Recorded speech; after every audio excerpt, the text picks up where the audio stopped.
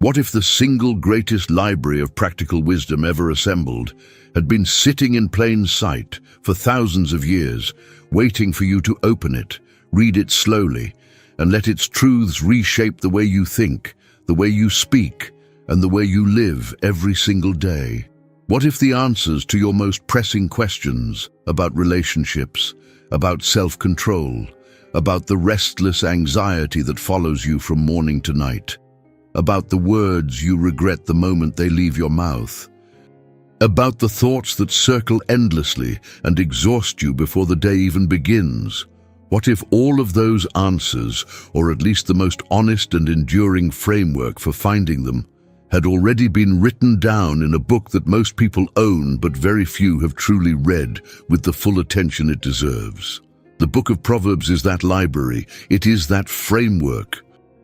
It is that treasury of divine wisdom that has guided kings and shaped nations and transformed the lives of ordinary men and women across every culture, every language, and every century since it was first committed to writing. And yet, for all its familiarity, for all the times people have quoted its verses on greeting cards and coffee mugs and motivational posters, it remains one of the most underestimated, underexplored books in all of Scripture. Because Proverbs does not comfort you before it challenges you. It does not flatter before it corrects. It does not offer you a feeling before it first demands a reckoning. And in a world that has become increasingly allergic to honest self-examination, that quality alone makes it among the most radical, countercultural, and desperately needed texts available to the human soul. Written primarily by Solomon, the son of David, the king whose legendary wisdom drew heads of state from across the ancient world to sit at his feet, and contributed to by other sages and wisdom teachers whose voices join his across its 31 chapters. Proverbs is not a theological treatise or a prophetic vision or a narrative history. It is something more intimate and more immediate than any of those.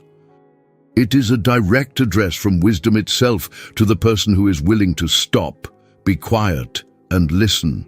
It speaks to you about your own heart, your tendencies, your self-deceptions, your besetting habits, your hidden fears, and your unrealized potential. It speaks to you about your mouth, about the words you choose, the tone you carry, the moments when you speak when you should be silent, and the moments when your silence is a form of cowardice. And it speaks to you about the mind, about the thought patterns and beliefs and assumptions that are quietly, invisibly, relentlessly shaping the person you are becoming, one day at a time. The central message of Proverbs is stated in its opening chapter with a clarity that leaves no room for misunderstanding. Proverbs 1:7 declares, "The fear of the Lord is the beginning of knowledge, but fools despise wisdom and instruction." Everything else in this extraordinary book flows from that single foundational truth. Wisdom does not begin in a university. It does not begin with talent or intelligence or the accumulation of life experience, though all of those have their place. It begins with the fear of the Lord, with a deep, reverent, life-orienting recognition that God is God, that His ways are higher than our ways, that His word is the final authority on every question that matters, and that a life built on that recognition is qualitatively, fundamentally different from a life built on anything else. This is not a comfortable starting point for a culture that has elevated self-trust and personal authenticity to the status of supreme virtues. But Proverbs has never been in the business of comfort for its own sake. It is in the business of transformation. And transformation, by definition, requires that some things change, that some patterns of thinking be disrupted, that some cherished assumptions be questioned, that some habits of speech be surrendered, and that some areas of the inner life that have been left unexamined for far too long finally be brought into the light and held up against the standard of divine wisdom. In this video, We're going to walk together through 40 of these sharp, life-altering secrets drawn from the Book of Proverbs. 40 truths that speak directly to the mastery of the mind and the tongue. 40 lessons that have the power to transform not just how you feel about your life, but how you actually live it, one thought at a time and one word at a time. We will not skim the surface. We will not rush from verse to verse, collecting interesting observations to be forgotten by tomorrow. We are going to go deep because that is where the real treasure of Proverbs lives. That is where the wisdom that actually changes people's lives. These lessons are for the person who is tired of the same thought loops, the same relational conflicts, the same cycles of speaking and regretting. They are for the person who senses somewhere in the deeper parts of themselves that there is a better way to live, a cleaner, freer, more honest way of engaging with the world, but who has not yet found the map that leads there. Proverbs is that map. Not a perfect map, because no map is the territory, but a faithful and time-tested guide for the journey toward a life that is wise, purposeful, and genuinely free. So let us begin. Let us open this ancient treasury and let its secrets do what they have always done: illuminate, challenge, correct, and ultimately transform every person willing to receive them. Before we begin these 40 lessons, I want to pause for just a moment and speak to you directly. If you have found your way to this channel, if something about the way we open the Word of God here resonates with you and feeds something genuine in your spirit, I want to ask you warmly and earnestly to subscribe. Please take a moment right now, before we go any further, and hit that subscribe button. It is such a simple act, but it means so much. It tells me that what we are doing here is reaching you, that these words are landing somewhere real, and it helps this content find its way to more people who need exactly what you found here today. And I would love to know where in the world you are watching from right now.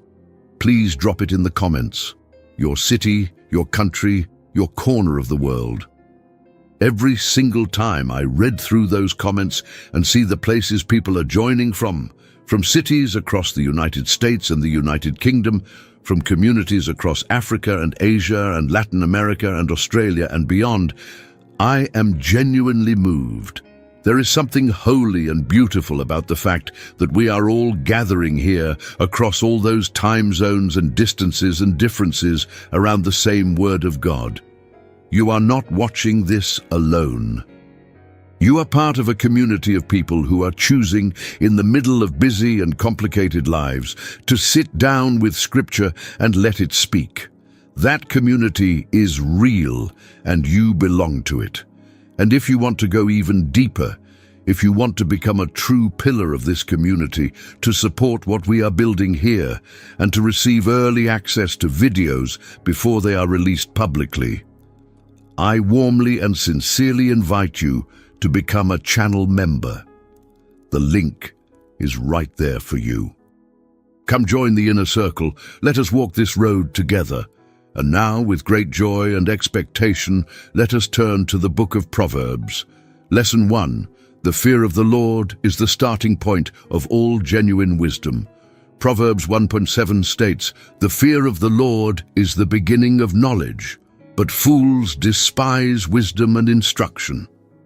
We begin here because Proverbs begins here, and it does so deliberately. This is not a warm-up verse or an introductory pleasantry. This is the thesis of the entire book, the single truth upon which all 31 chapters rest, and from which all 40 of our lessons today ultimately draw their meaning and their power. To fear the Lord, as the Bible uses that phrase throughout the wisdom literature, is not primarily an emotional state of terror or dread.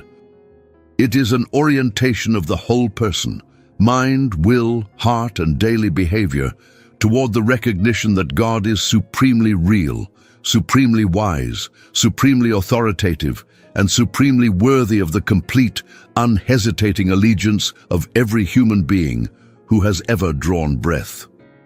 It is to live with a constant awareness that the God who created every galaxy and every molecule, who holds history in his hands and who knows the number of hairs on your head, is watching, caring, and acting, and that his word is therefore the most important voice in the room, in every situation, in every conversation, on every day of your life.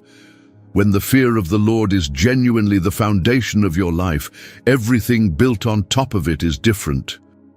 Your decisions are different because the question you are asking is not merely, what do I want or what is advantageous to me, but what does God's wisdom say about this? Your speech is different because you are not simply asking what will go over well with the people in front of me, but what is true and what is right, and what honors the God who gave me a tongue to speak with. Your thought life is different because the standard against which you measure your inner world is not the shifting consensus of culture, but the unchanging character of God. The fool in Proverbs, and Proverbs has a great deal to say about the fool, none of it flattering, is not defined primarily by a low level of intelligence. The fool is the person who has dismissed or neglected or simply never seriously engaged with the fear of the Lord.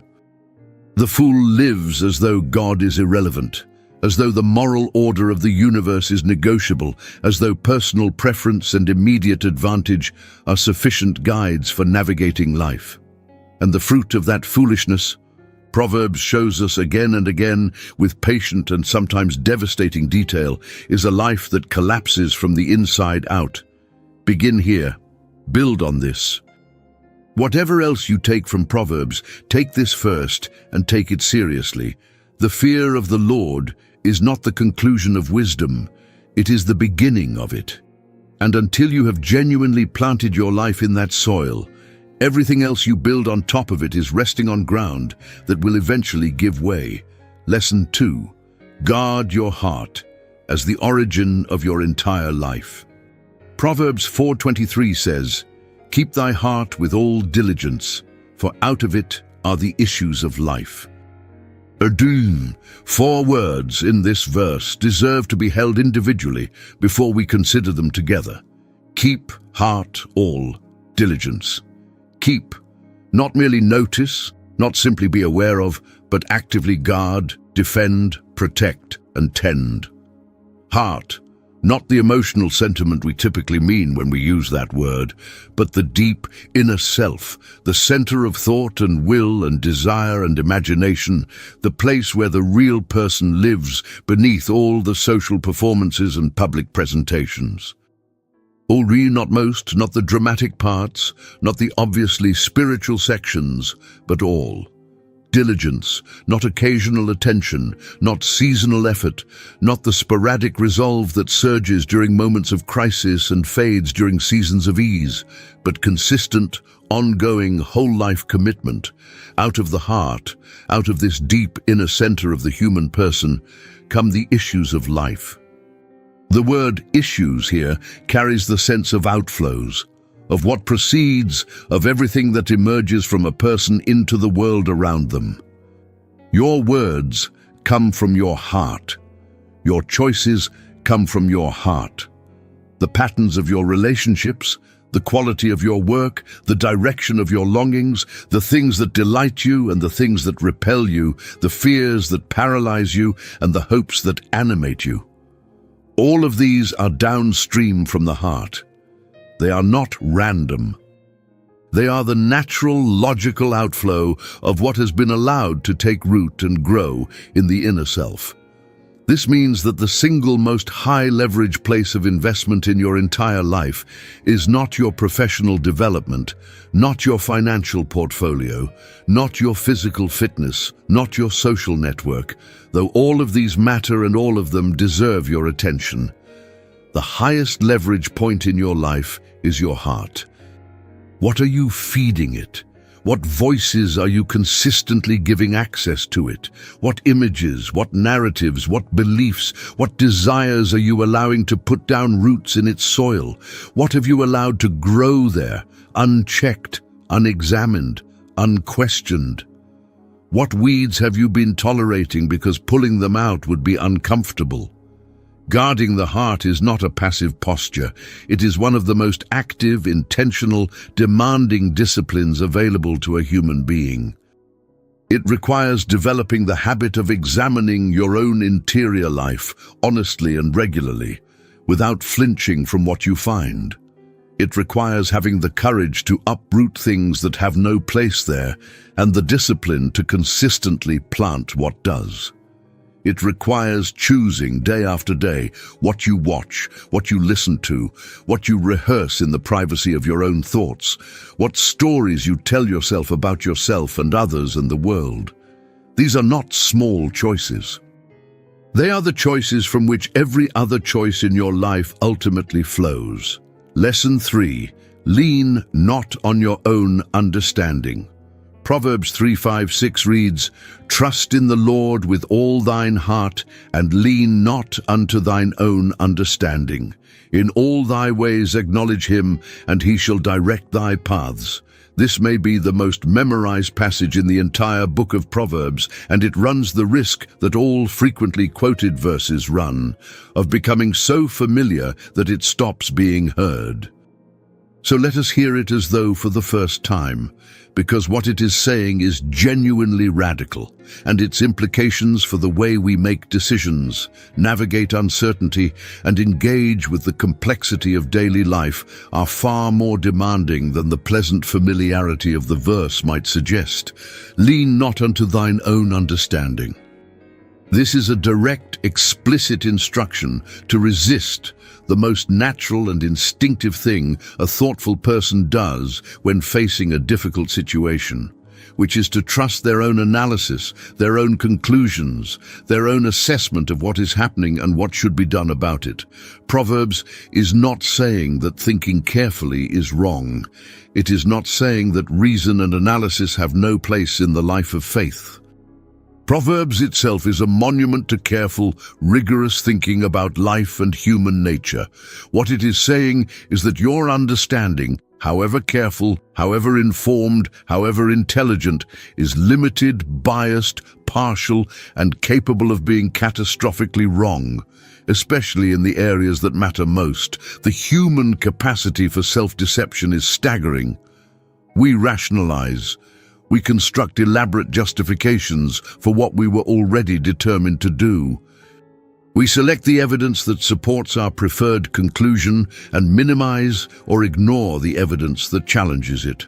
We are convinced of our own objectivity at precisely the moments when we are most subjective. And we do all of this with complete sincerity, completely unaware of the extent to which our own desires, fears, and unexamined assumptions are driving our so-called reasoning. Trusting in the Lord with all your heart means bringing your analysis, your plans, your conclusions, and your convictions honestly before God. Genuinely open to the possibility that you might be wrong, genuinely willing to be corrected by His Word and His Spirit, genuinely committed to letting His wisdom override your preferences when the two are in conflict. Acknowledging God in all your ways means that there is no area of your life, no relationship, no financial decision, no professional choice, no area of personal behavior that you have cordoned off as private territory where God's input is not welcome. And the promise attached to this posture is breathtaking in its scope. He shall direct your paths, not some of your paths, not the big, dramatic, obviously spiritual ones, all of your paths. Lesson 4, wisdom is calling. The question is whether you are listening. Proverbs 1:20-22 paints one of the most striking and unexpected images in the entire wisdom tradition. Wisdom crieth without. She uttereth her voice in the streets. She crieth in the chief place of concourse, in the openings of the gates. In the city she uttereth her words, saying, How long, ye simple ones, will ye love simplicity? And the scorners delight in their scorning, and fools hate knowledge. The image is startling, precisely because it subverts our instinctive assumptions about where wisdom is to be found. We tend to imagine wisdom as something hidden, tucked away in remote places, accessible only to the especially dedicated, available only after years of painstaking study or suffering or spiritual development. But Proverbs insists on something completely different. Wisdom is not hiding. She is not waiting to be found by those rare, privileged souls who stumble upon the right path. She is calling out, loudly, in the streets, in the city squares, at the gates where people gather in the normal, unremarkable flow of everyday life. The wisdom of God is woven into the fabric of creation, embedded in the testimony of Scripture, available through the community of faithful people who surround you, present in the quiet voice of conscience, accessible in the daily patterns of cause and effect that life consistently reveals to anyone paying attention. Wisdom speaks. She has always spoken. She is speaking right now, through this very text, through the experiences of your life that keep pointing toward the same lessons, through the people God has placed in your path, who embody the qualities you know you need to develop. The question, as Proverbs frames it, is not whether wisdom is available. It is why so many people consistently fail to receive it, and the answer the text gives is honest and uncomfortable. The simple love their simplicity.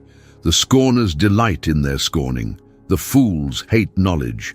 There are people who, when wisdom calls, turn away, not because they genuinely cannot hear her, but because receiving wisdom would require them to change, and changing is exactly what they have resolved not to do.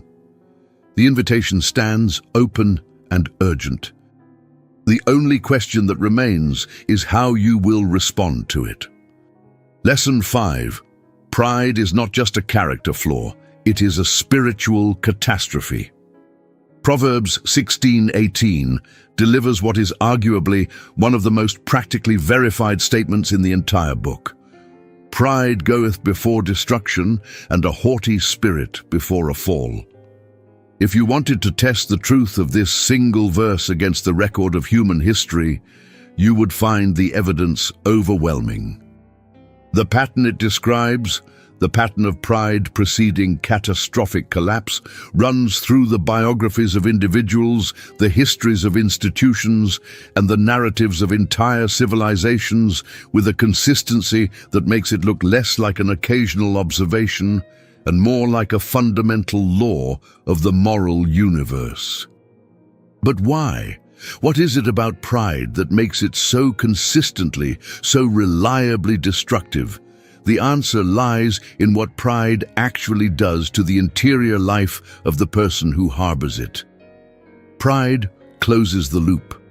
It creates a self-referential system in which the proud person's own judgment becomes the final authority on every question. Their own perspective becomes the definitive view of every situation, and their own desires become the standard against which all outcomes are evaluated. Into this closed system, no genuine correction can enter, no honest warning can land, no call to reconsider, no evidence of error, no voice of genuine wisdom can penetrate the wall that pride erects around the self. And so the proud person continues down the path that pride has chosen, accumulating confidence as the path narrows until the moment arrives when narrowing becomes collapse. Destruction does not arrive without warning for the proud person. It arrives after many warnings that pride has systematically dismissed, minimized, or reframed as attacks to be defended against rather than truths to be received. The fall is the natural, inevitable endpoint of a journey that began when a person decided that their own understanding was sufficient and that correction from outside themselves was unnecessary. Examine your heart with genuine honesty. Where has pride settled in? Where do you find yourself consistently resistant to correction? Where does the possibility of being wrong produce in you not curiosity but defensiveness? Where has a high opinion of your own judgment quietly closed you off from the wisdom that might save you? These are among the most important questions that Proverbs invites you to sit with. and sitting with them with genuine honesty is itself an act of wisdom. Lesson 6. Your tongue carries the power of life and the power of death. Proverbs 18:21 makes a statement so direct and so absolute that it is worth reading slowly and sitting with fully before moving on. Death and life are in the power of the tongue, and they that love it shall eat the fruit thereof.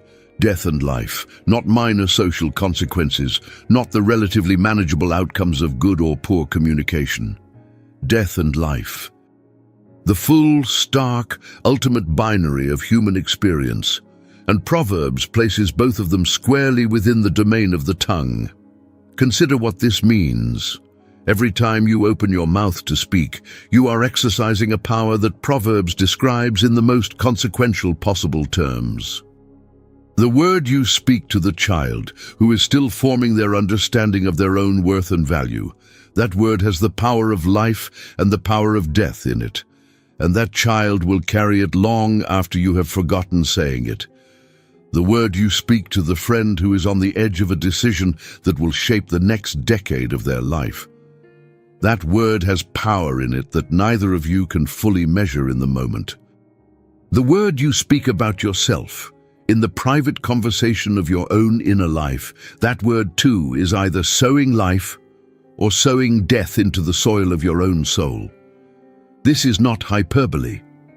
This is the sober, considered assessment of one of the wisest human beings who ever lived, writing under the inspiration of God, and it demands a response that goes beyond simply trying to be more polite or more careful in casual conversation. It demands a thoroughgoing transformation of the relationship between your heart and your mouth, a transformation that begins with taking the power of speech with the seriousness it deserves. Words are not just sounds. They are not just the expression of what is already true. They participate in the creation of reality. They shape the world they describe. They plant seeds in human hearts that grow into trees of life or trees of destruction long after the moment of speaking has passed. Lesson 7. A gentle answer changes the direction of a conflict. Proverbs 15:1 teaches, "A soft answer turneth away wrath, but grievous words stir up anger." The genius of this proverb is in its simplicity. It does not require a complex analysis to understand what it is saying. But its application requires a level of emotional discipline that most people find genuinely difficult, precisely because the moments when it most needs to be applied are the moments when every instinct in the human body is screaming in exactly the opposite direction. When someone speaks to you with harshness, when someone raises their voice, when someone's words carry the sting of accusation or the heat of contempt, the entire nervous system responds in a way that is specifically designed to generate a reciprocal intensity. Meet fire with fire, match energy with energy, defend with equal or greater force. This is not a character flaw. It is a biological response system that has been part of human beings for as long as there have been human beings. The problem is not that you feel it. The problem arises when you allow it to determine your response without any intervention from wisdom. The soft answer is not the weak answer. It is the answer that requires more strength than the forceful one, because it demands that you override a powerful biological impulse in favor of a considered, intentional response. The person who can speak softly when provoked is not someone who lacks conviction or backbone. They are someone who has developed sufficient self-mastery to choose their response rather than simply react. And the effect of that choice, Proverbs tells us, is to turn away wrath, to change the trajectory of the conversation, to introduce a different energy into a heated exchange, to create the possibility of resolution where escalation seemed inevitable. This is one of the most practically transformative lessons in all of Proverbs. Practice it in the next difficult conversation you have. Notice what happens when, instead of matching the other person's intensity, you deliberately lower your voice, soften your tone, and choose words that open rather than close. The result will often surprise you, not because the other person becomes instantly reasonable. They may not, but because you will have demonstrated a quality of self-command that is genuinely rare and genuinely powerful. Lesson 8. Your plans belong to you, but the direction belongs to God. Proverbs 16:1 says, "The preparations of the heart in man and the answer of the tongue is from the Lord." And then Proverbs 16:9 adds, "A man's heart deviseth his way, but the Lord directeth his steps." These two verses together create one of the most beautifully balanced theological statements in all of Scripture, a statement about the relationship between human initiative and divine sovereignty that avoids both the paralysis of fatalism and the hubris of self-sufficiency. You plan. You prepare. You think things through with care and intention and effort. You are not called to passive resignation or spiritual laziness or the abdication of thoughtful planning under the guise of trusting God. Proverbs nowhere encourages a posture of simply waiting for God to act while you sit still. The human side of the equation, the preparation of the heart, the devising of the way, is real and it matters. Your effort, your wisdom, your intentionality in thinking through how to live and what to pursue and how to approach the decisions before you, all of this is valued and expected. But the direction of your steps, the actual outcome, the final destination, the way your words land at the crucial moment, the door that opens or closes on a particular path, this belongs to God. The Lord directs your steps.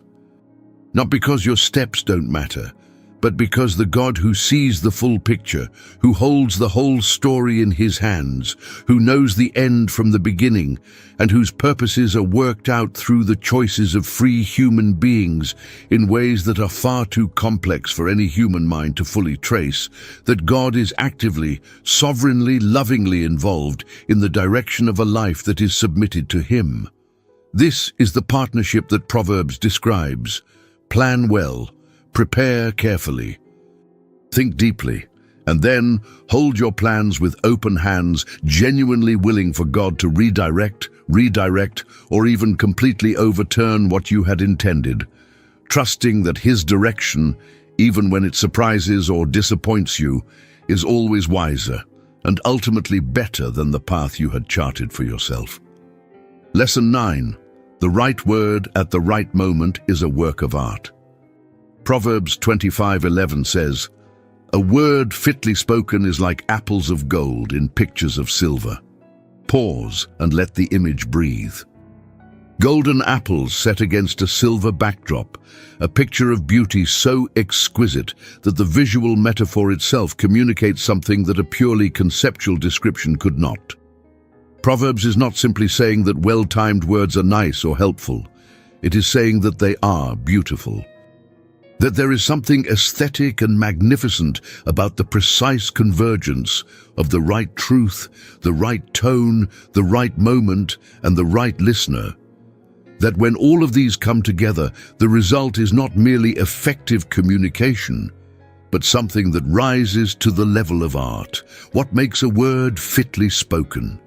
First, truth. The word must carry genuine substance, genuine insight, genuine accuracy. A beautiful lie is still a lie, and Proverbs has no patience for that. But truth alone is not sufficient. Timing is essential. Truth delivered at the wrong moment, regardless of how accurate or well-intentioned it is, can land like an assault rather than a gift. The person who is in acute crisis does not primarily need a theological lecture. They need presence and compassion and words that communicate that they are not alone. The person who has just made an irreversible decision does not primarily need a detailed analysis of why it was the wrong one. They need wisdom for navigating the path they are now on.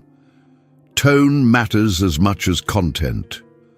The same truth can be delivered with warmth, or with coldness, with compassion, or with condescension, with the gentleness of someone who genuinely wishes good for the listener, or with the edge of someone who is more interested in being right than in being helpful.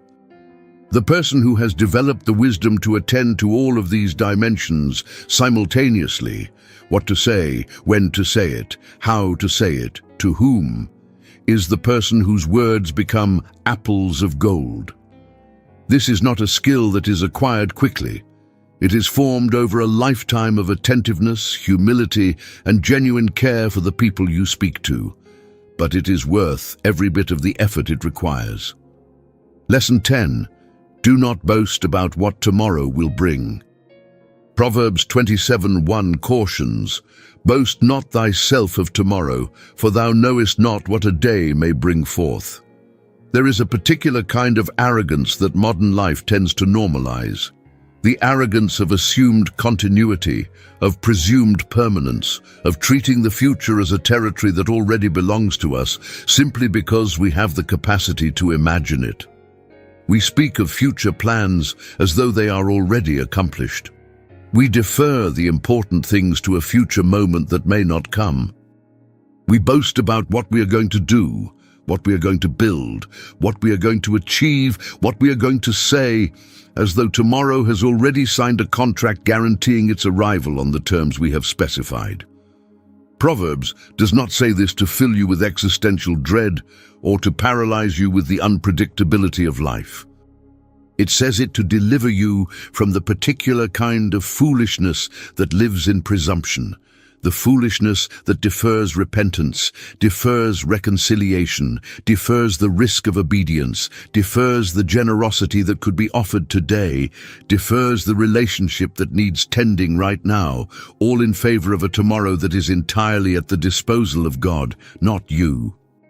There is also a more subtle form of the boasting this verse warns against, the social performance of future achievement that is really about managing how others perceive us in the present. We talk about what we are going to do, partly because talking about it gives us some of the feeling of having already done it, without requiring the actual cost of doing it. Proverbs sees through this with its characteristic directness. You do not know what a day will bring. Live in today with the fullness of your attention, your effort, your love, and your obedience. Do the good that today gives you the opportunity to do, and let tomorrow remain in the hands where it has always properly belonged. Lesson 11. You are what you consistently think in your heart. Proverbs 23:7 contains one of the most quoted and least fully digested lines in all of wisdom literature. For as he thinketh in his heart, so is he. 7 words. And yet these 7 words carry an insight about human nature that entire fields of psychology, philosophy, and spiritual formation have spent generations exploring, confirming, and learning to apply. You are not simply what you do. You are not even primarily what you feel. You are, at the deepest and most formative level, what you consistently think. The thought life is not a private room that exists in sealed separation from your public self. It is the workshop in which your public self is being continuously manufactured. Every belief you hold about your own worth shapes the way you carry yourself in relationships. Every assumption you make about the intentions of others shapes the quality of connection you are able to experience. Every story you rehearse about your own limitations shapes the risks you are willing to take and the opportunities you will walk past without recognizing them. Every narrative you tell yourself about what is possible, about what God is doing, about whether you are loved and known and valued, these narratives are not merely descriptions of your life. They are, in a very real sense, the engine of it. This is one of the reasons why Proverbs invests so heavily in the theme of guarding the heart. Not because emotion is dangerous or because feelings should be suppressed, but because the heart, the deep center of thought and belief and desire, is where the real work of formation is happening, whether we are attending to it or not. The person who brings their thought life under the discipline of wisdom, who chooses to rehearse truth rather than fear, gratitude rather than resentment, faith rather than despair, that person is, slowly and cumulatively, becoming someone different. Someone more resilient, someone more free, someone whose public life increasingly reflects the quality of their private thoughts. Lesson 12. Iron sharpens iron. Your relationships are forming you. Proverbs 27:17 offers a compact and vivid image that communicates a truth of enormous practical importance. Iron sharpeneth iron, so a man sharpeneth the countenance of his friend. Two pieces of iron, neither soft, neither yielding. When they come into contact, there is friction. And it is that friction, not comfort, not agreement, not smooth, frictionless interaction, that produces the sharpness. This is not incidental to the metaphor. It is the whole point of it. The relationships that actually make you wiser, sharper, more truthful, more self-aware, and more capable of living well are not primarily the ones that are always pleasant. They are the ones with enough substance, enough honesty, and enough mutual commitment to truth that they can generate the productive friction of genuine challenge. This means relationships with people who love you enough to say the things that are hard to hear, people who respect you enough to disagree with you honestly rather than managing you with comfortable agreement. People whose lives and character set a standard that pulls you upward, that makes you want to grow, that refuses to let you remain comfortably settled in your current limitations. We live in a culture that has made comfort the primary criterion for the quality of a relationship, that evaluates friendships by how good they make us feel rather than by who they are making us become. Proverbs offers a different standard entirely. The best friend is not the one who always agrees with you. The best friend is the one who makes you sharper, and being made sharper requires friction, not the friction of contempt or cruelty or conflict for its own sake, but the honest, respectful, truth-telling friction of two people who are both committed to something more important than each other's comfort. Look at the relationships closest to you. Are they making you more iron, or are they leaving you soft? Lesson 13. The lips of the wise are a shield against harm. Proverbs 14:3 observes, "In the mouth of the foolish is a rod of pride, but the lips of the wise shall preserve them." Pride makes the fool's mouth into a weapon, an instrument that strikes out at others, that provokes, that damages, that creates enemies with every conversation, and accumulates the kind of relational debt that eventually comes due in the worst possible circumstances. The foolish person speaks without counting the cost, without considering the lasting impression their words are making, without attending to the trail of broken trust and wounded feeling and simmering resentment that their words leave behind them. But the lips of the wise preserve them. This is an image of protection, of a kind of relational capital that is built slowly and maintained carefully through the consistent practice of truthful, kind, measured, and trustworthy speech. The wise person's words create around them a network of goodwill, trust, and genuine affection that functions as a buffer when life becomes difficult. When the wise person faces adversity, people rally to their support because those people have been consistently treated well. When the wise person needs to be given the benefit of the doubt, it is extended readily because their track record has earned it. Your speech is either building this kind of relational shelter or tearing it down.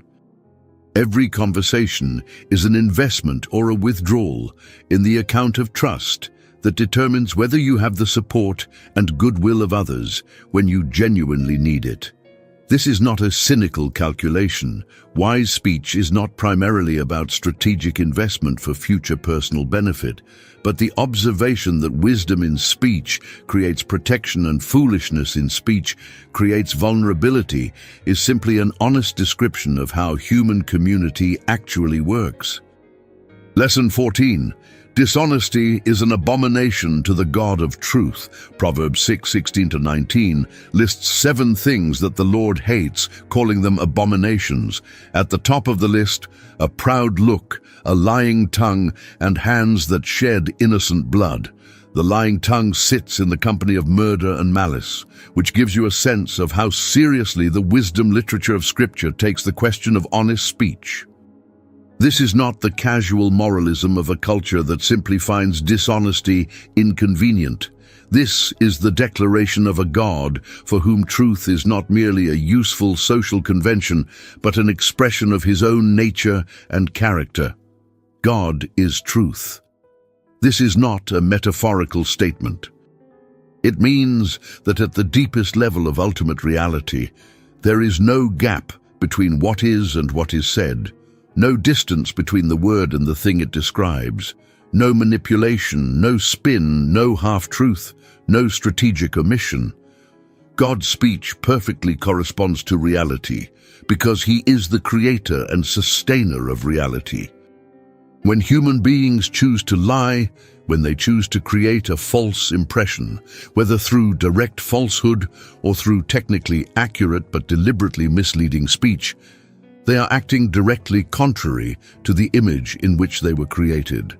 The practical consequences of habitual dishonesty are equally serious. Trust, once broken, is extraordinarily difficult to rebuild. The person who has earned a reputation for dishonesty finds that their words are received with skepticism, even when they are telling the truth. They discover that the relational credit they spent on deception is not easily replenished. And beyond the relational cost, there is an interior cost that may be even more significant. The chronic liar gradually loses the ability to see clearly, because they have trained themselves to construct and inhabit versions of reality that serve their immediate interests rather than accurately describing what is. Clean speech, honest speech, speech that consistently means what it says and says what it means. This is a form of spiritual discipline with consequences that reach far beyond any individual conversation. Lesson 15. The tongue of the wise brings genuine healing. Proverbs 12:18 draws a contrast as sharp as any in the book. There is that speaketh like the piercings of a sword, but the tongue of the wise is health. Reckless speech wounds, not metaphorically, not as a figure of speech. Recklessly spoken words leave real wounds in real people that sometimes take years to heal, and sometimes leave scars that never fully disappear. The person who grew up hearing that they were stupid carries that wound into every intellectual challenge they face as an adult. The person who was told they were unlovable carries that wound into every intimate relationship they attempt. The person who was shamed, publicly and carelessly, often carries that shame like a weight that shapes every subsequent choice they make about risk and vulnerability. Careless speech does this. Not always with malicious intent, often with no real intent at all, in moments of impatience or frustration or thoughtlessness, by people who have long since forgotten what they said, and would be genuinely shocked to learn the depth of the damage they left behind. This is what Proverbs means when it says that some speech is like the piercing of a sword. Swords do not distinguish between the wounds they intend and the ones they accidentally inflict. And neither sometimes does a careless tongue, but the tongue of the wise is health. This is an extraordinary promise. Not merely that wise speech avoids doing harm, but that it actively produces healing. There are words that lift people, words that restore dignity that has been trampled, words that speak truth into the darkest corners of a person's self-perception and push back against the lies they have been told about themselves. Words that come at precisely the right moment and say precisely the right thing and change, in an instant, the trajectory of what someone believed was possible for them. This is the healing tongue. Aspire to it with everything you have. Lesson 16. Without vision, life loses its coherence and its direction. Proverbs 29:18 declares, "Where there is no vision, the people perish, but he that keepeth the law, happy is he." The word translated vision in this verse carries a specific meaning in its original context. It refers to prophetic revelation, to the living word of God as the guiding truth for a community. When a people lose their connection to God's revealed truth, when they drift from the anchor of His word and His instruction, they do not simply become less religious, they begin to unravel at the very fabric of their common life. Without the North Star of divine wisdom orienting their collective choices and shaping their shared values, they lose the coherence that makes genuine community possible and the direction that makes purposeful living possible. The personal application of this principle is equally powerful and equally urgent.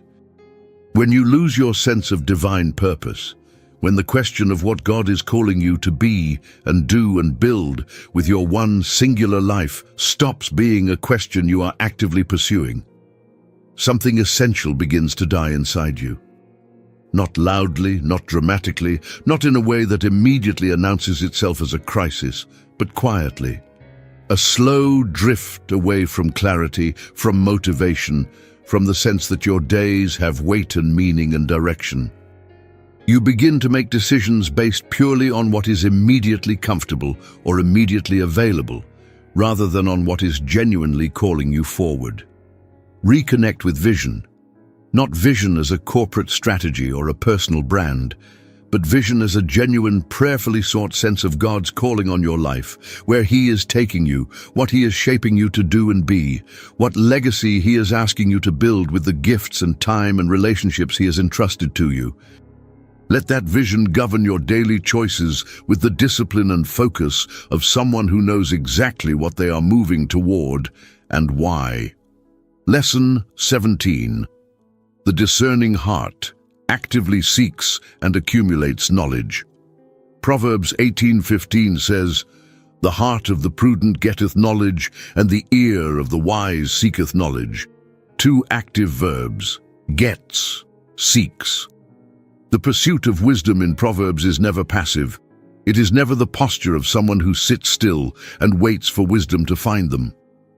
It is always the posture of someone who is actively, persistently, and intentionally moving toward knowledge, pursuing understanding, positioning themselves consistently in the kinds of relationships, conversations, and learning environments where wisdom is likely to be found.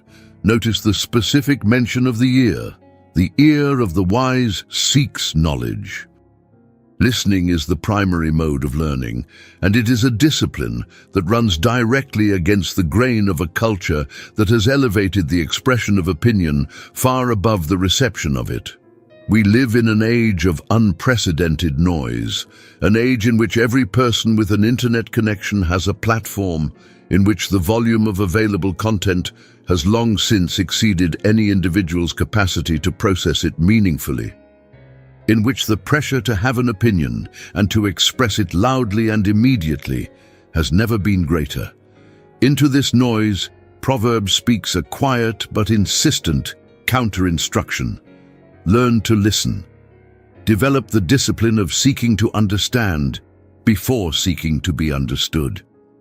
Train your ear to move toward wisdom rather than simply toward whatever is entertaining or affirming in the moment.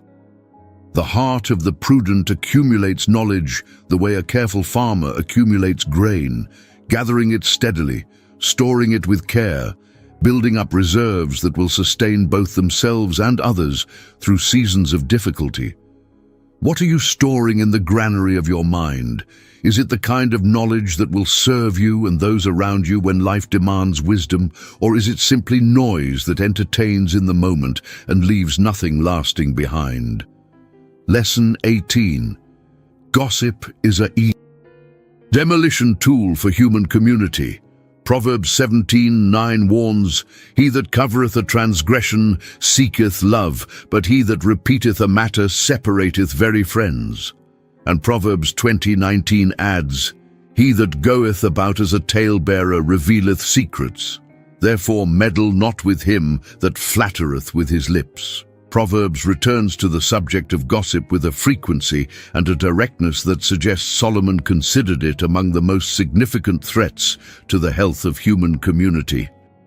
And the more closely you examine how communities actually break apart, the more you begin to understand why.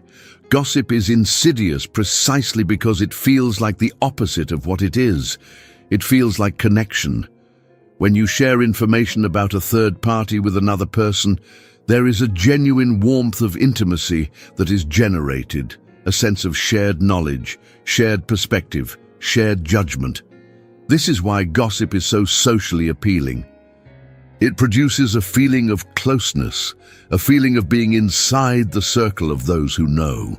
But the intimacy it creates is counterfeit because it is built at the expense of someone who is not present and has not consented to being the subject of the conversation. And the connection it forges is built on a foundation that both parties know at some level to be unreliable. Because if this person will talk about others with you, they will also talk about you with others.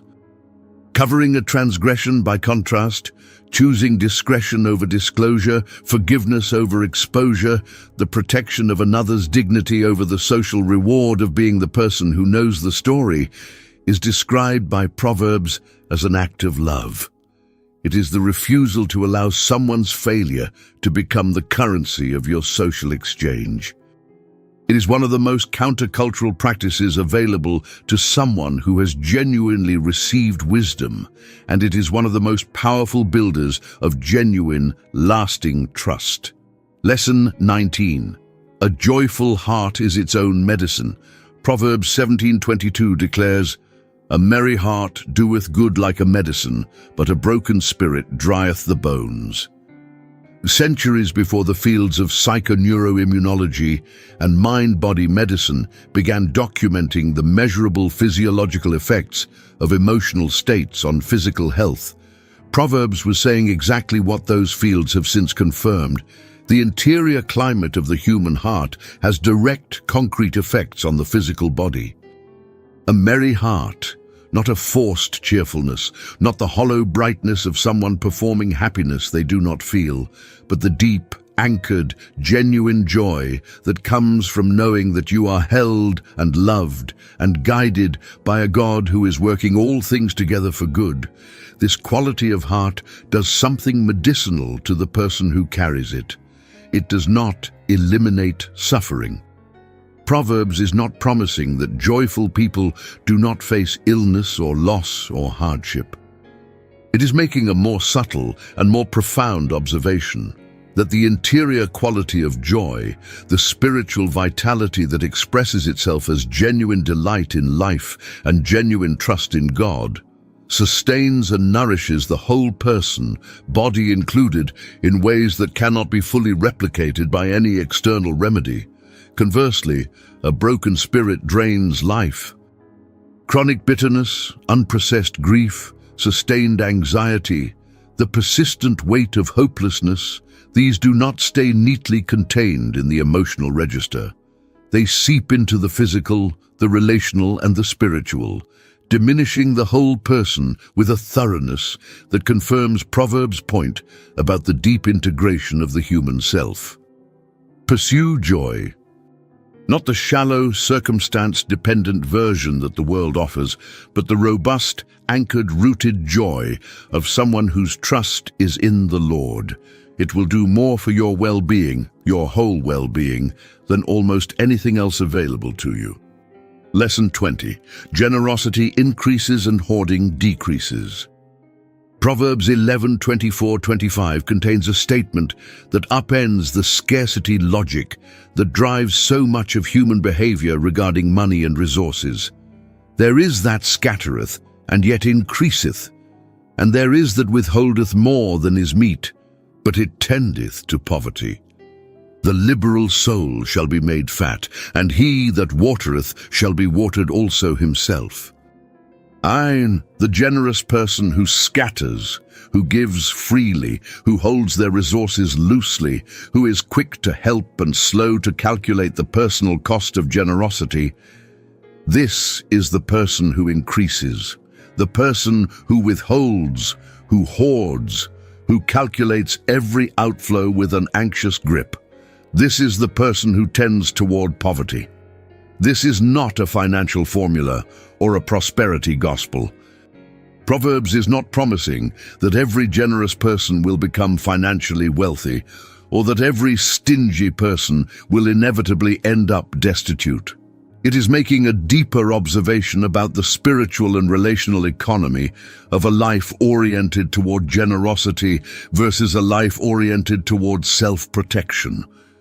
The generous person creates around themselves an atmosphere of abundance, not because they have more, but because they are oriented toward giving rather than taking, toward others rather than self.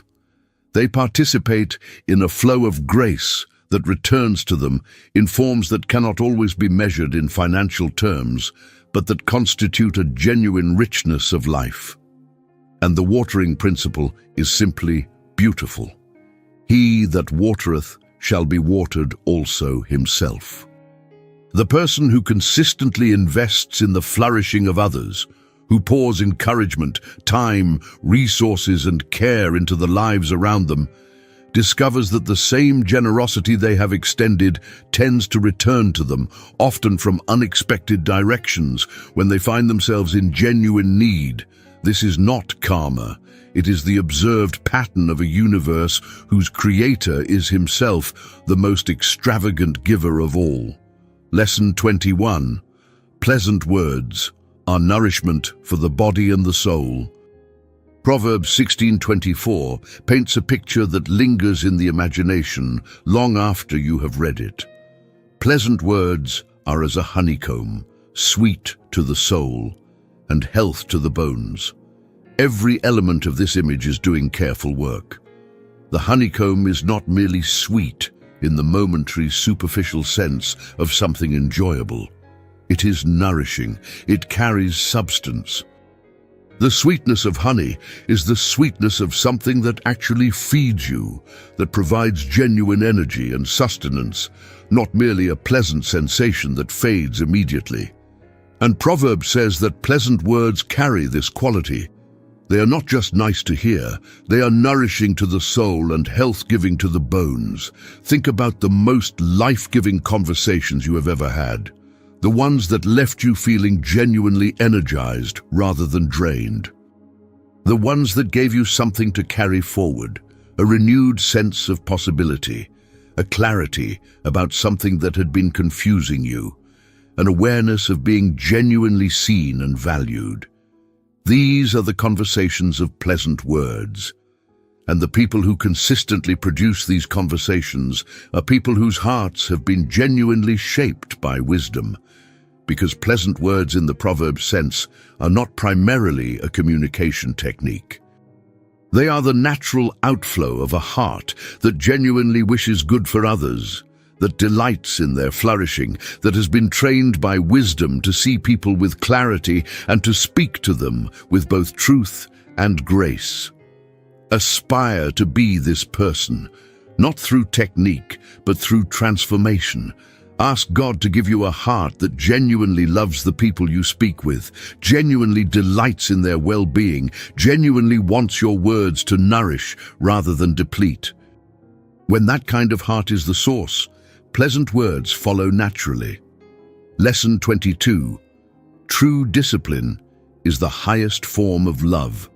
Proverbs 13:24 states, "He that spareth his rod hateth his son, but he that loveth him chasteneth him betimes." This verse has been controversial in various contexts, and it is worth pausing to understand what it is actually saying at the level of its deepest principle, which is this: genuine love is not primarily concerned with the comfort of the beloved in the present moment. It is primarily concerned with the character and the flourishing of the beloved over the long arc of their life. And sometimes, maybe often, the path toward that long-term flourishing runs directly through short-term discomfort. The discipline Proverbs describes is always in the service of formation, never in the service of the discipliner's frustration or the need to exert control. It is correction directed toward a better future, not punishment expressing a present anger. And the terrible thing that Proverbs says about the parent who refuses all correction, who cannot bear to see their child experience any difficulty or disappointment, who always smooths the path and removes all friction, is that this is not love. It is a form of neglect disguised as affection.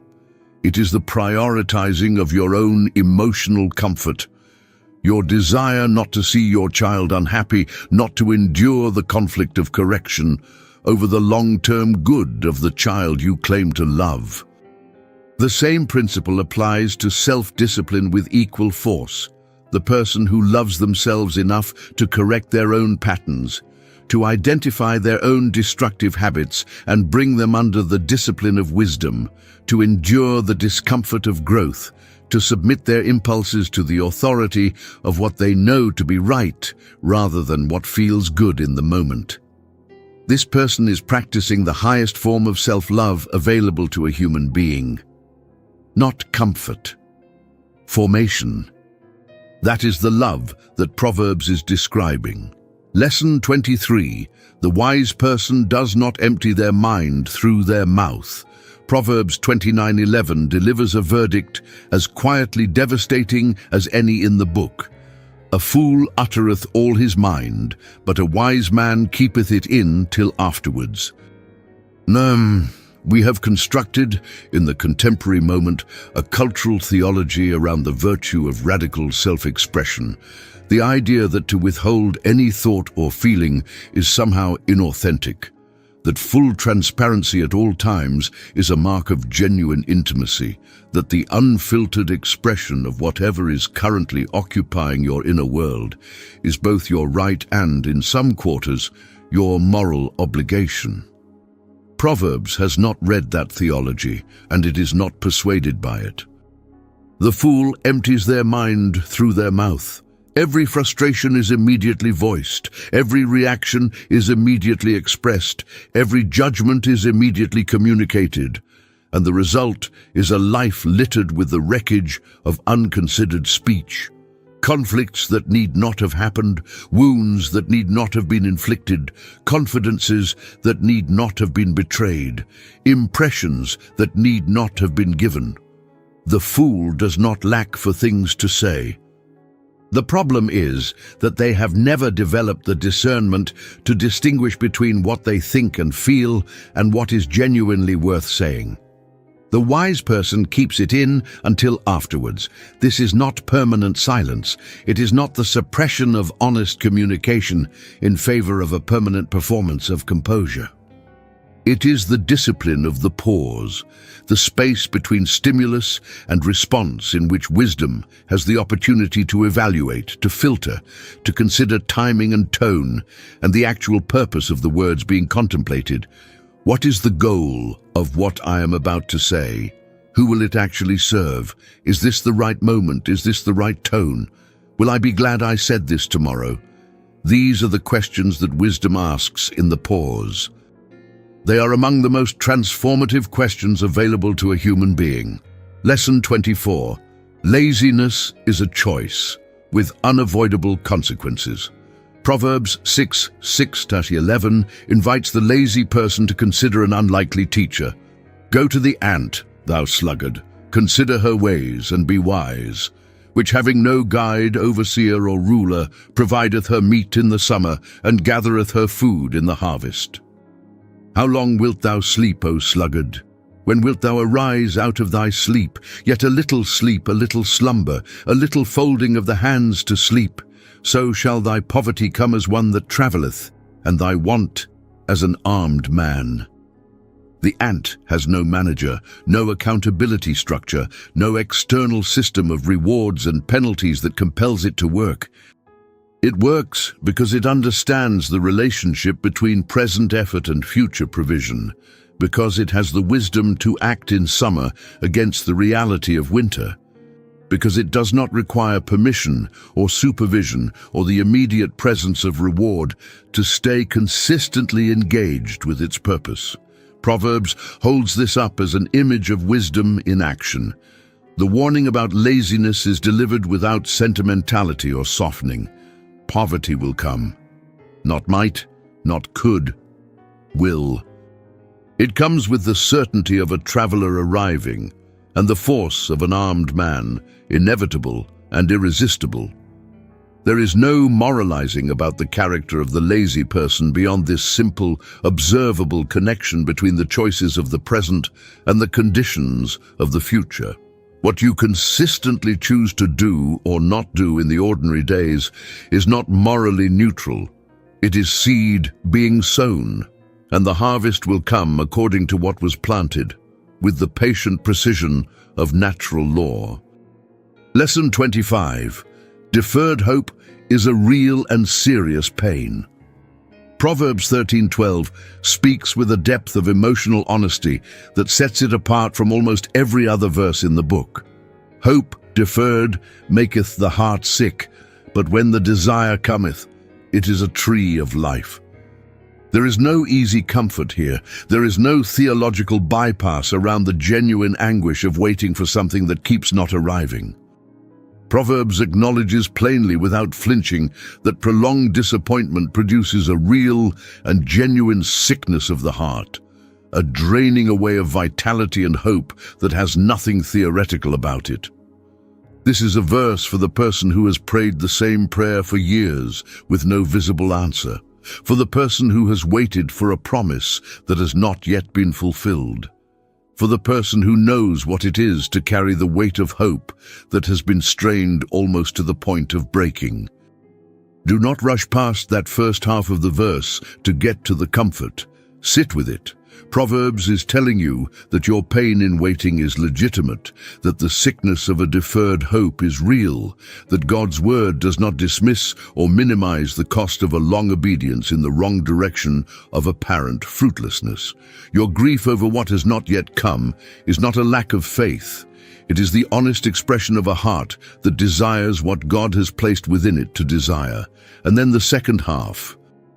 When the desire comes, it is a tree of life, not a small plant or a brief comfort or a temporary relief, a tree, something deep-rooted, substantial, shade-giving, fruit-bearing, and enduring.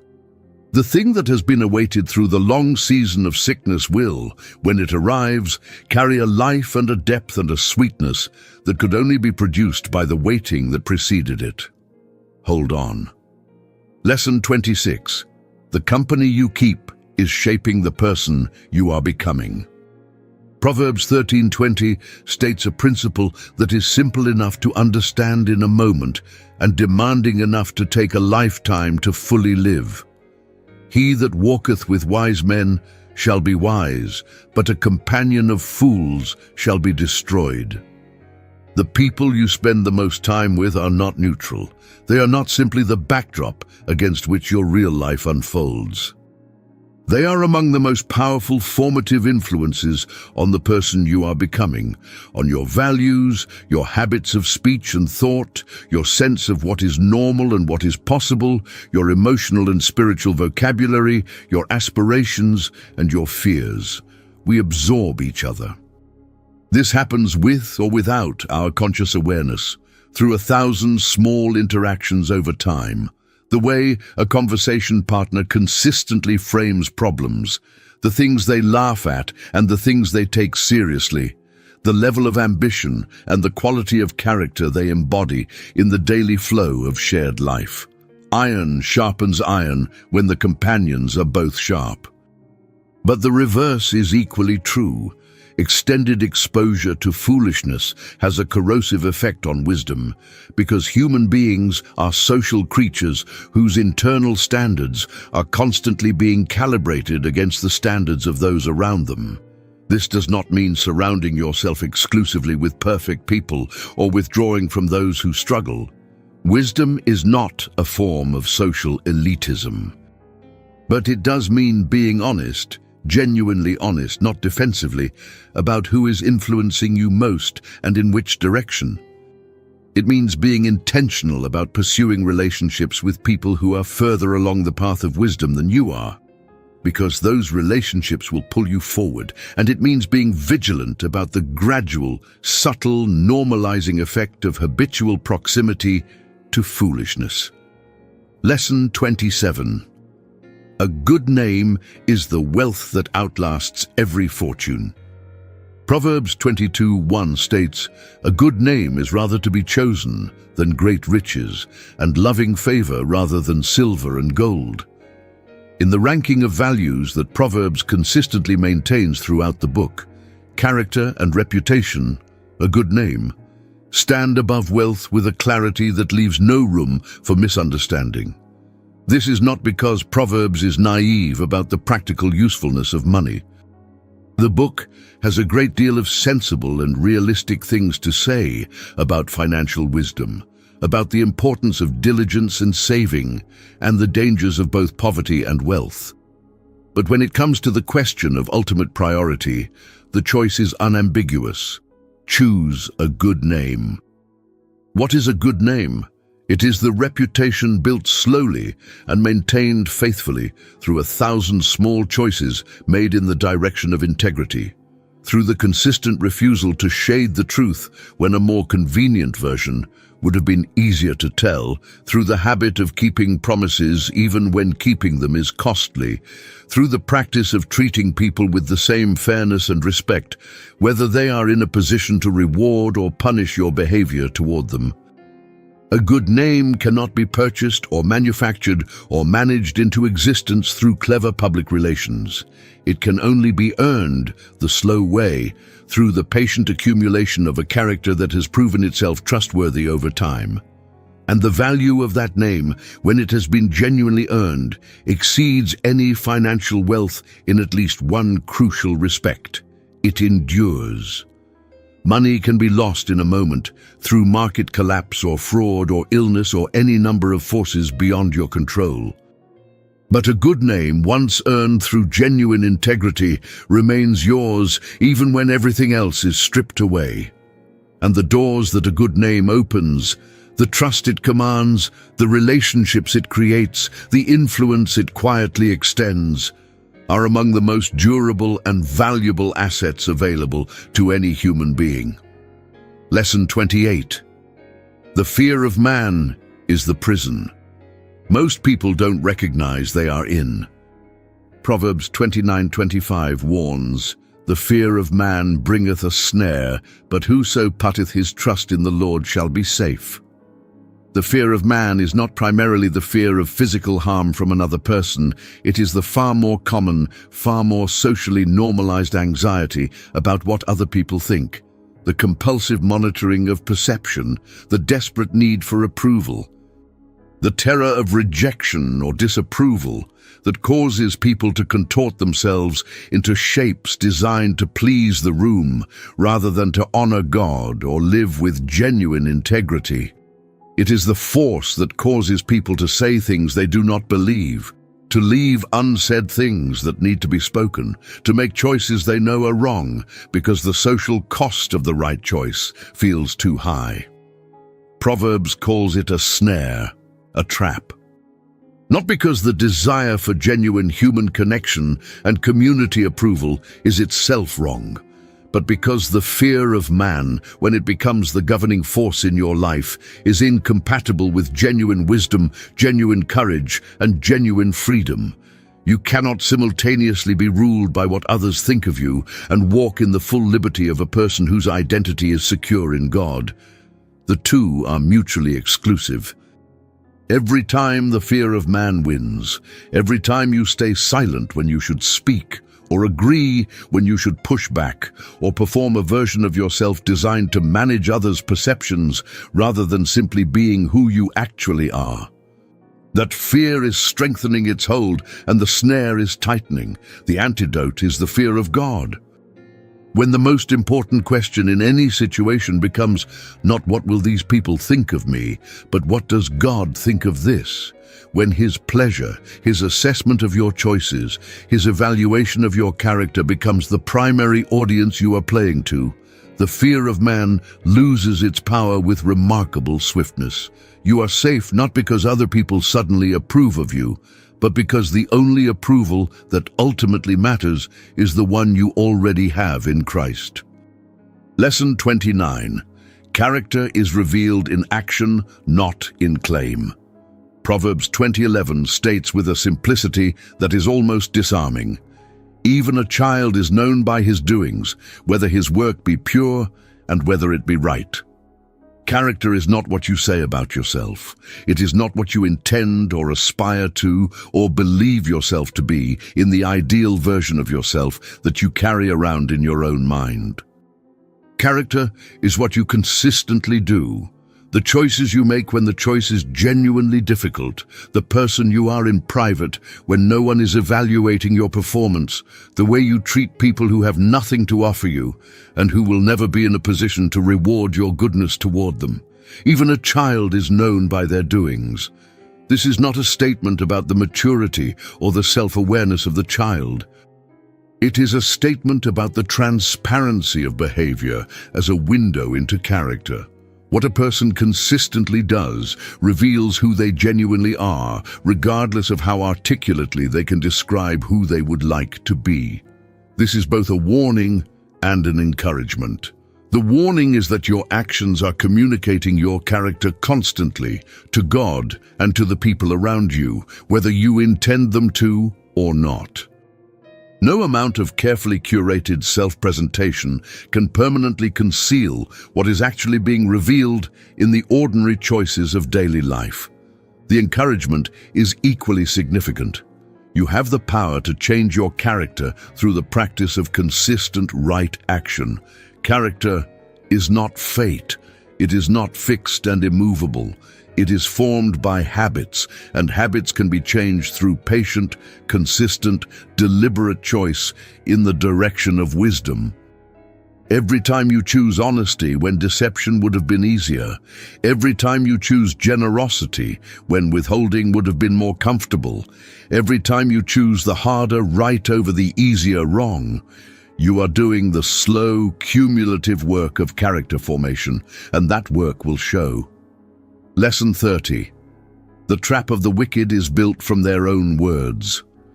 Proverbs 12:13 observes, "The wicked is snared by the transgression of his lips, but the just shall come out of trouble." There is a pattern in human experience that Proverbs identifies and names with its characteristic directness. The person who uses speech dishonestly, manipulatively, or maliciously is not merely creating trouble for others. They are building, with every dishonest word, the trap in which they themselves will eventually be caught.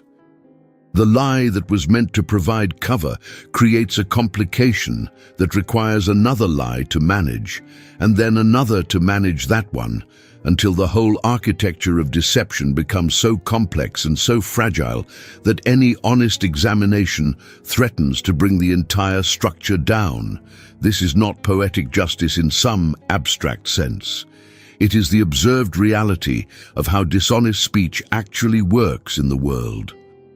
The person whose speech is trustworthy, whose yes means yes and whose no means no, who says what they mean and means what they say. This person has nothing to maintain, nothing to defend, and very little to fear from scrutiny. When they encounter difficulty, they come out of it. Their integrity is a kind of buoyancy that surfaces them through trouble that would drown someone burdened by the weight of maintained deception. The freedom of honest living is one of the most underestimated freedoms available to a human being.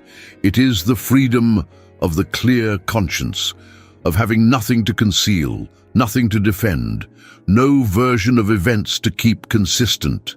Every act of honest speech is an investment in that freedom. Every act of dishonest speech is a payment toward the construction of a prison whose walls are your own words. Lesson 31. Knowing when to speak and when to stay silent is its own wisdom. Proverbs 26:4-5 presents one of the most fascinating apparent paradoxes in the entire wisdom tradition. Answer not a fool according to his folly, lest thou also be like unto him. Answer a fool according to his folly, lest he be wise in his own conceit. Read consecutively. These two verses appear to give directly contradictory advice, and the rabbinical tradition has wrestled with this tension for centuries. But Proverbs is not contradicting itself. It is being remarkably, almost modernly sophisticated about the contextual nature of wisdom in speech. There are moments when engaging a foolish argument, entering into its premises, fighting on its own terms, taking it seriously enough to construct a detailed refutation, achieves nothing useful, and in fact lends the foolishness a dignity and seriousness it does not deserve.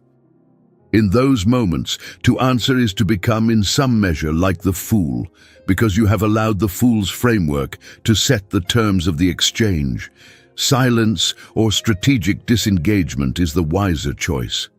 But there are other moments when a foolish argument left unanswered will simply confirm the fool in their conceit, when the silence of wisdom will be misread as agreement or inability, and when the community that is watching needs to see the foolishness named and refuted so that it does not take root more widely. In those moments, to remain silent is itself a form of complicity. The wisdom is in knowing which situation you are in. Not every argument deserves a response. Not every foolishness can be safely left unchallenged.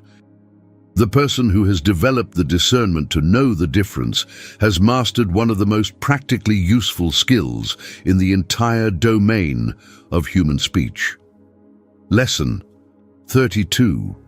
Commit your work to God and watch your mind. Come to peace. Proverbs 16:3 offers a promise that sounds deceptively simple and proves to be profoundly transformative in practice.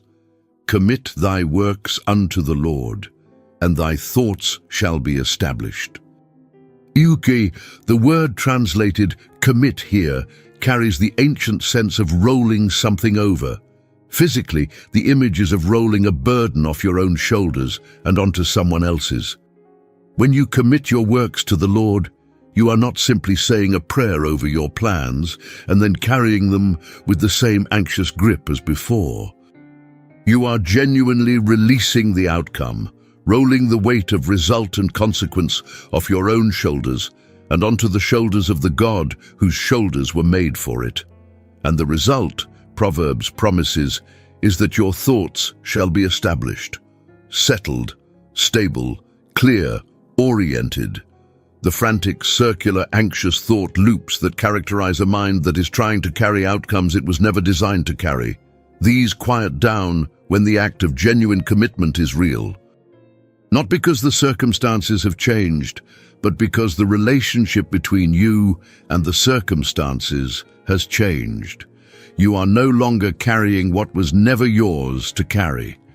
This is one of the most countercultural promises in Proverbs, because modern life relentlessly communicates the message that mental peace is a product of having control, that the anxious mind will be settled when the problems are solved, when the uncertainty is resolved, when the outcomes are secured. But Proverbs reverses the sequence entirely. The peace comes not from controlling outcomes, but from releasing them to the one who actually controls them. Commit and watch the thoughts settle. Lesson 33. The righteous speak fittingly because they think rightly. Proverbs 10:32 says, "The lips of the righteous know what is acceptable, but the mouth of the wicked speaketh frowardness." The righteous person knows what is fitting. Not just what is true in the abstract, but what is right and appropriate and genuinely helpful in this specific situation, with this specific person, at this specific moment. This is the highest form of speech wisdom, not merely the knowledge of what is true, but the developed sensitivity to what the moment actually requires. This kind of speech intelligence is not a natural talent, though some people have more natural aptitude for it than others. It is primarily a developed quality that grows from two sources: deep attention to other people and deep attunement to God. The person who has spent years listening carefully, who has trained themselves to actually hear what others are communicating beneath the surface of their words, who has developed the habit of attending to the emotional and relational context of every conversation. This person gradually develops an ear for what is fitting. And the person who has spent years walking closely with God, seeking His wisdom in prayer and His instruction in Scripture, this person's words begin to carry the quality of wisdom that comes from above, which Proverbs describes as pure, peaceable, gentle, and full of mercy and good fruits. The mouth of the wicked, by contrast, speaks frowardness, what is twisted, what is distorted, what turns good things toward bad ends. This is not always loud or obvious. Some of the most perverse speech in human community is quiet, subtle, and carefully packaged, but Proverbs is clear about its origin. It comes from a heart that is not aligned with righteousness. The long-term project of becoming someone whose words are consistently fitting and good is, at its deepest level, the project of becoming genuinely righteous. And that project begins always with the fear of the Lord. Lesson 34. What you sow in your words and deeds will determine what you harvest. Proverbs 22:8 states, "He that soweth iniquity shall reap vanity, and the rod of his anger shall fail." And Proverbs 11:18 adds, "The wicked worketh a deceitful work, but to him that soweth righteousness shall be a sure reward." The agricultural image of sowing and reaping runs throughout biblical wisdom because it communicates something about the moral structure of the universe that is both obvious and easy to forget in the daily pressure of wanting immediate results. The harvest is determined by the seed, always. Without exception, not immediately. The seed must go into the ground, the growing season must run its course, the conditions of soil and rain and sun must play out. But eventually, with the patient certainty of natural law, the harvest comes according to the seed. This means that the choices you are making today, in your speech, in your treatment of others, in your private thoughts and habits, in your professional conduct and your personal relationships, are seeds. Every word spoken in honesty or dishonesty is a seed. Every act of justice or injustice is a seed. Every choice to treat another person with dignity or contempt is a seed. And the harvest of those seeds, though it may not be immediately visible, is coming. With the same certainty that summer follows spring and winter follows autumn, the moral harvest follows the moral seed. This principle carries both a warning and a profound encouragement. The warning is for those who have been sowing iniquity and assuming that because the consequences have not yet arrived, they will not come. They are coming.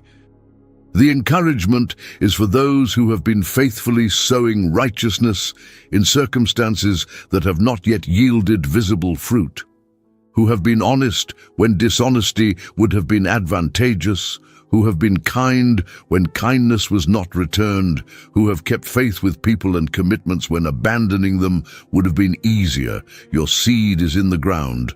The sure reward is coming. Lesson 35. The wise store knowledge, like grain against a coming winter. Proverbs 10:14 observes, "Wise men lay up knowledge, but the mouth of the foolish is near destruction." There is a contrast here between two fundamental orientations toward knowledge, accumulation and depletion.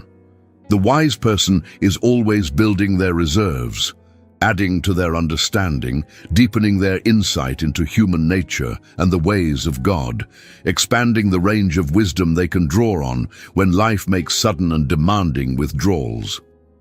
The foolish person's mouth is near destruction because it is always outputting without ever inputting, always speaking without ever learning, always expressing opinions without ever updating them, always broadcasting without ever receiving. Laying up knowledge is not merely about intellectual acquisition, it is about the kind of formation that happens when a person consistently positions themselves to learn. It is about the habit of approaching each day, each conversation, each difficulty, and each text with the question, "What can I learn here?" It is about developing the deep humility that is willing to be taught by sources that do not immediately appear to be authoritative or obvious, by experience, by the wisdom of people very different from yourself, by the quiet but consistent testimony of the consequences of various choices you have seen play out in the lives around you. The person who lays up knowledge is never impoverished by circumstances that take away external resources, because what they have accumulated in wisdom cannot be taken. When the crisis comes, and it will come, the person with deep reserves of knowledge and understanding is not left scrambling. They have something to draw on. They have the wisdom of years of careful accumulation to bring to bear on the problem in front of them. This is the investment that Proverbs consistently commends as the wisest of all possible investments, the investment in the knowledge that endures. Lesson 36. The name of God is the strongest refuge available to any human being. Proverbs 18:10 declares, "The name of the Lord is a strong tower. The righteous runneth into it and is safe."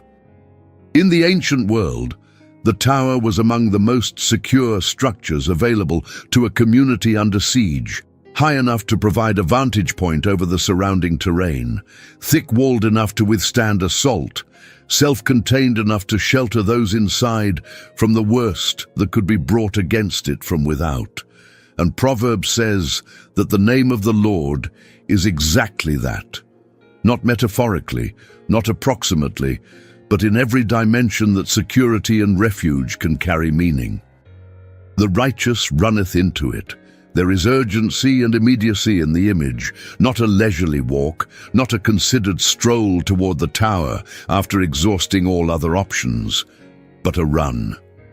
The reflex of the righteous person when danger comes is to run immediately toward the Lord, not after trying everything else, not as a last resort when human options have all failed.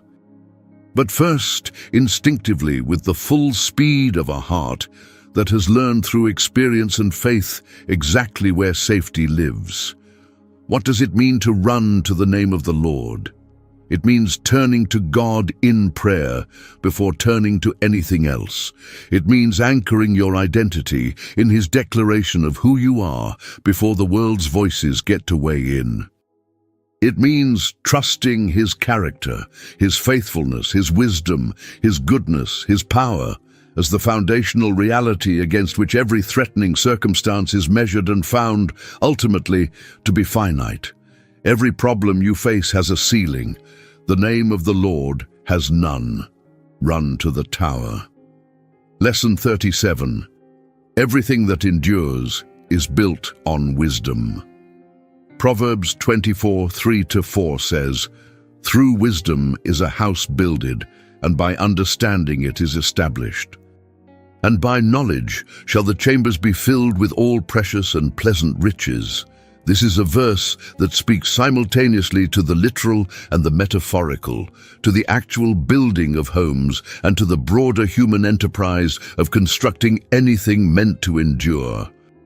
Whether the house in question is a family, a marriage, a business, a ministry, a community, a legacy, the building materials that Proverbs specifies are not capital or talent or connections or even hard work, though all of these have their place. The building materials of whatever is meant to last are wisdom, understanding, and knowledge. A house built on wisdom is established by understanding, by the kind of deep comprehension of how things actually work, how people actually function, how relationships are actually sustained, that comes only from genuine wisdom applied honestly to real experience. This is not theoretical knowledge. It is the kind of practical, lived understanding that turns principles into practices and convictions into habits. The chambers are filled by knowledge, by the accumulation over time of the specific concrete wisdom that each domain of human endeavor requires for its flourishing. Think about whatever it is you are building in this season of your life. What are the foundational materials? Are you building with the wisdom that comes from God? The wisdom that begins with the fear of the Lord, that is informed by His word, that seeks His counsel and remains open to His correction? Or are you building with the more readily available but far less durable materials of clever strategy, impressive talent, and sheer force of will? Both kinds of builders will produce something, but only one kind will produce something that lasts. Lesson 38. Whoever covers their sin will not prosper. Proverbs 28:13 states, "He that covereth his sins shall not prosper, but whoso confesseth and forsaketh them shall have mercy." This is one of Proverbs' most direct and most important statements about the relationship between honesty about sin and the possibility of genuine flourishing. The covering of sin, the concealing, the denial, the management of perception to prevent the truth of one's failures from coming to light, does not produce safety. It produces a stagnation that Proverbs describes as the absence of prosperity, a condition in which the person exists without moving genuinely forward, trapped by what they are hiding. This connects directly to the theme of honesty in speech and thought that runs throughout the book. Wisdom requires a comprehensive commitment to truth, not just in what you say to others, but in what you are willing to say to yourself and to God about the actual condition of your own heart and behavior. The self-deception involved in covering sin is among the most dangerous forms of self-deception, precisely because it touches the deepest and most formative level of the interior life. When you are not honest about your failures, you cannot genuinely address them. When you cannot address them, they continue to shape your choices and your character from beneath the surface of consciousness. They do their work in the dark. Confession and forsaking, the willingness to name the sin honestly and then to turn from it with genuine commitment. These are the path to mercy, not the path to perfection, and not a guarantee of immediate relief from consequences, but the path to the mercy that actually enables genuine change, genuine growth, and genuine forward movement in the direction of wisdom. Honesty about failure is not weakness. It is the bravery from which all genuine healing begins. Lesson 39. The mouth of the righteous is a fountain of life. Proverbs 10:11 says, "The mouth of a righteous man is a well of life, but violence covereth the mouth of the wicked." A well of life. Think about what a well represented in the ancient world. Not the decorative garden feature of a modern landscape, but the essential infrastructure of survival in an arid land. A well was where you went when you were dying of thirst. It was the resource that made sustained life in a difficult environment possible. Communities formed around wells. Journeys were planned in relation to them. The person who knew where the wells were held knowledge of incalculable practical value. And Proverbs says that the mouth of the righteous person is this, a well of life. A source to which others can come when they are spiritually, emotionally, or practically depleted, and find something that genuinely refreshes and sustains them. This is not a metaphor for the person who simply says nice things. It is a description of someone whose words carry genuine substance, genuine truth, genuine life-giving wisdom, because those words are flowing from a heart that has been consistently filled at the source, from a person who has drunk deeply themselves from the well of God's word and God's wisdom, and who therefore has something real to offer when others come thirsty. The violence that covers the mouth of the wicked is a picture of speech that closes off access, that destroys rather than nourishes, that makes the landscape more dangerous rather than more livable. These two kinds of speech could not be more different in their effects on the communities in which they operate. One is a well, the other is a weapon. Which are you? Lesson 40.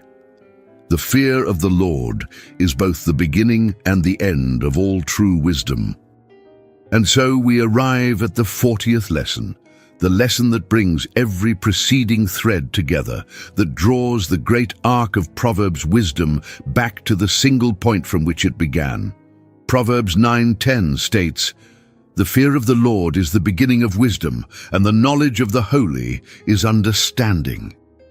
We began here, and we end here, not because Proverbs has failed to move beyond this point, but because every point it has moved to has circled back to this one with the persistent, patient insistence of a truth that refuses to be escaped.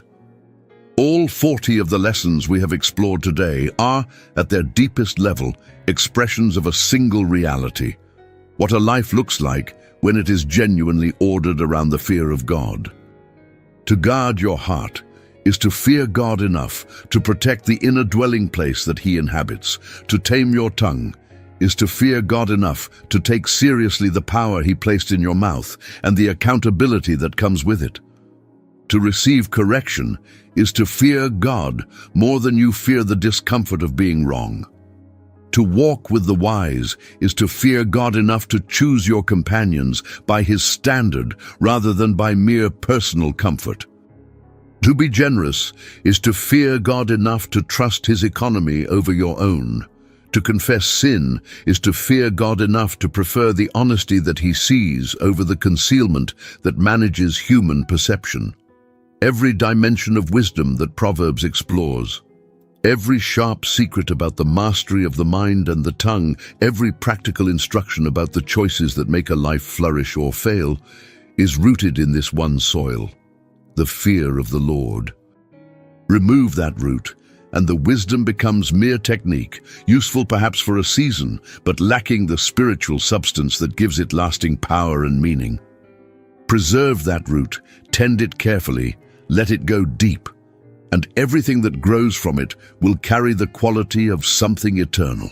The Book of Proverbs does not conclude by congratulating you on your journey through its pages. It concludes by returning you to the beginning, inviting you to make the beginning more real in your life than it was before you started. The fear of the Lord is the beginning of wisdom. It is also the ongoing foundation of it, the constant renewal of it, and the eternal consummation of it. Every day you live in genuine reverence before God is a day you are living wisely. Every choice you make in the light of His truth is a choice that is building something that will endure. Master your mind by filling it consistently with His wisdom. Tame your tongue by letting it be governed by His truth. Walk in the fear of the Lord, and watch the 40 secrets of Proverbs become not merely lessons you have heard, but a life you are actually living. What a journey through the Book of Proverbs this has been. 40 lessons, 40 sharp, searching, life-giving truths drawn from one of the greatest repositories of divine wisdom ever placed in human hands. We have walked from the foundation of the fear of the Lord through the intricacies of speech and the disciplines of thought, through the power of generosity and the danger of pride, through the beauty of a word fitly spoken and the devastation of a reckless tongue, through the formation of character and the deep structure of a life built on something that will not move. This is not entertainment. This is not information. This is an invitation, a standing, urgent, genuinely loving invitation from the God who made you to live the kind of life that these truths make possible. Do not allow what you have heard today to remain simply heard. The great danger of exposure to wisdom, the danger that Proverbs itself names with uncomfortable directness in its opening chapters, is the danger of being a hearer who is not a doer, of gaining the knowledge of the good without ever paying the cost of its practice. The mirror has been held up. The reflection is honest. The only question that remains is what you will do with what you have seen. take one lesson. Just one. To begin with. The one that landed most deeply, the one that resonated most strongly with whatever God is working in you in this particular season of your life. Carry it with you into the week ahead. Let it be the lens through which you read the conversations and the choices and the moments that come your way. Apply it in the next difficult conversation, in the next impulse toward careless speech, in the next moment when pride rises or the fear of man speaks louder than the fear of God. And when you have worked with that one lesson until it has genuinely begun to take root, go back and take another. This is how wisdom is built, one truth at a time, one choice at a time, one faithful day at a time. Proverbs 3:13-18 says, "Happy is the man that findeth wisdom, and the man that getteth understanding. For the merchandise of it is better than the merchandise of silver, and the gain thereof than fine gold. She is more precious than rubies, and all the things thou canst desire are not to be compared unto her. Length of days is in her right hand, and in her left hand riches and honor. Her ways are ways of pleasantness, and all her paths are peace. She is a tree of life to them that lay hold upon her, and happy is everyone that retaineth her." May that happiness, not the shallow, circumstance-dependent happiness of things going your way, but the deep-rooted, unshakable happiness of a life genuinely built on the wisdom of God, may that happiness be yours, fully, increasingly, abundantly yours. If this video has spoken to you today, if even one of these 40 lessons has landed somewhere real, if something has stirred in your spirit, or shifted in your understanding, or challenged you in a way you know you needed to be challenged, then please do not keep it to yourself. Share this video, send it to someone who needs the wisdom of Proverbs in their life right now. Share it with a friend who is navigating a difficult season, a family member who is struggling with the weight of hard choices, a colleague who you know is searching for something more substantial than what the world is offering them. You never know whose life a single video might change, and you have the power, with one simple act of sharing, to put this message in front of someone who needs it desperately. Subscribe to this channel if you have not already done so, and turn on notifications so that you are always the first to know when new content is published. What is coming on this channel is something worth showing up for. More deep explorations of Scripture's greatest wisdom books, more lessons that will challenge and strengthen and renew your faith, more of this community gathering together around the living Word of God. Click that notification bell, like this video.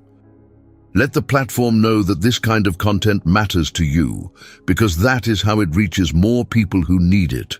And if you are part of this community, if you have been walking with this channel for a while and these videos have become part of how you study the Word, consider becoming a channel member. Your membership is not just a subscription, it is a partnership. It is a way of saying that you believe in what we are building here and that you want to be part of building it.